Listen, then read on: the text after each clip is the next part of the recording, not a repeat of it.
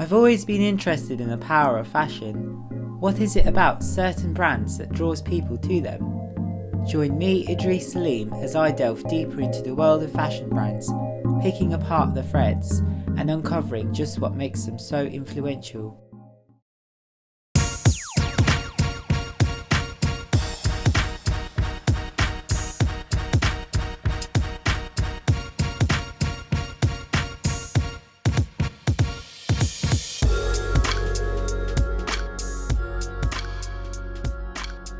I'm here to find out what the people of Bournemouth Town are wearing.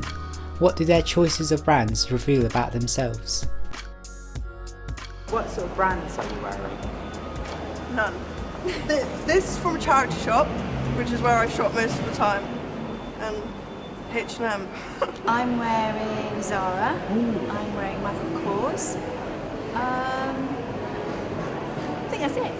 What's your kind of overall style? Is this? I'd say it was trying as hard as I can to look like I've put as little effort as possible into what I'm wearing. Sure, I love my Doc Martens, yeah. If it's special, I'll buy it. But if I like it, I won't get anything too expensive.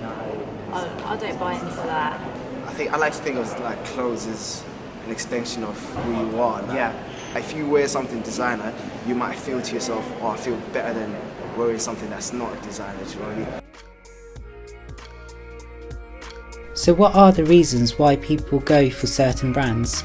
Psychologist Dr. Thompson and fashion blogger Asma know a bit more about the meaning behind fashion.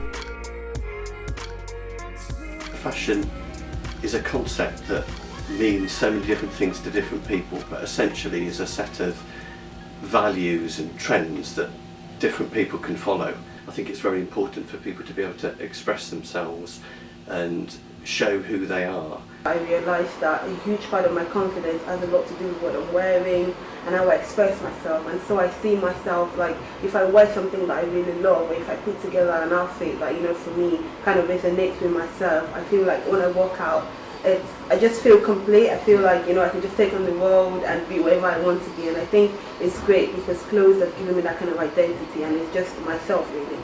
Personality is part of the equation, is part of fashion, and I think those people that want to reach for a uniqueness or a one-off garment, something that stands out so that it says something about them as being able to purchase something and wear something that no one else has access to. We, you know, think fashion as just more than clothing, but a form of expression and building that community of fashion wearers, you know, to come together, and I think that is a huge part of fashion or style and brands.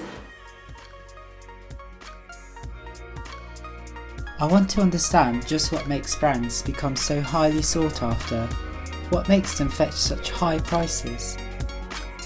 Aaron has taken his love of urban streetwear brands to the next level.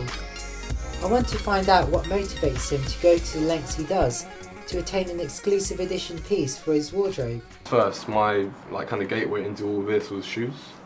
So I used to look on Instagram, look at all these cool shoes, and think, oh, I want those shoes as well. But obviously, these shoes that I liked are quite limited, and obviously demand's quite high. So prices are if you looked on eBay, price of shoes I liked were £250. So the only way I thought of getting money was doing what they do. So what people did back then was people would camp outside stores because it's one per person in the store. People would camp outside the stores, go in, grab the shoe, and then put it up on eBay for say whatever more. That's insane. Yeah. So obviously you've used the opportunity of buying and selling these exclusive branded trainers, and you've used that to become entrepreneurial. Yeah. Why do you think people pay a higher price? In my opinion, it's judged on hype. So say a big celebrity figure like Kanye West, obviously he's quite well known, and he's got quite a big aura around him. If he makes a shoe, that's going to be quite a hyped up, sick item. So people want to be that cool, be like Kanye, be cool. So, who doesn't? Yeah. I think there is an addictive element to fashion, in as much as people can sometimes be drawn to fashion as a outlet, as a need. I think celebrity endorsement is something that is very big, and is probably increasing now, and especially with other channels such as social media, where we've got bloggers and vloggers who are paid to promote certain brands. In the last 10 years at least, there have been so many individual brands emerging, and a lot on social media or accessible via social media. So we're finding a lot more choice. I want to see how independent designers fare in a world dominated by big names, both high street and haute couture. Brothers Ross and George have carved a name for themselves amongst the oversaturated market of branded fashion. I think now like more and more people are buying into kind of more independent brands now than they were like 10 years ago. I think they probably got more access to independent brands than they did before. Definitely the internet. Yeah. It wasn't around like what it was, but now people are open to the smaller man doing their own thing, and I think with the internet you can have a bigger voice amongst a crowd and find your audience. Why do you think people go for certain brands over others? I think trust. I think if you trust a brand, you know what you're going to get. It's lower risk. I think if you found something you like, you'll usually continue to buy from them. How did your brand come about? Well, all our lives I think we've wanted just to work for ourselves. Yeah. We're very fortunate at the fact that when we were younger, our parents, they didn't go to work, they worked from home, so we just we lived around it for our childhood. Yeah. George has always been into art and design. I did a long time ago. And you wanted to do a brand yourself, didn't you? Well, we've always had Africa in our blood. We're mixed race. We're mixed. We've got a funky mix. We're Irish, Nigerian, and English. But we decided to focus on the African theme. And part of this, you could say, is maybe a voyage of discovery to find out what Africa really is. So the beginning of the African theme is a British view of wild Africa. And from a design point of view, it's kind of fun drawing elephants and lions. Yeah, it is fun, isn't it? It's amazing to see brands like Ages Apparel doing so well.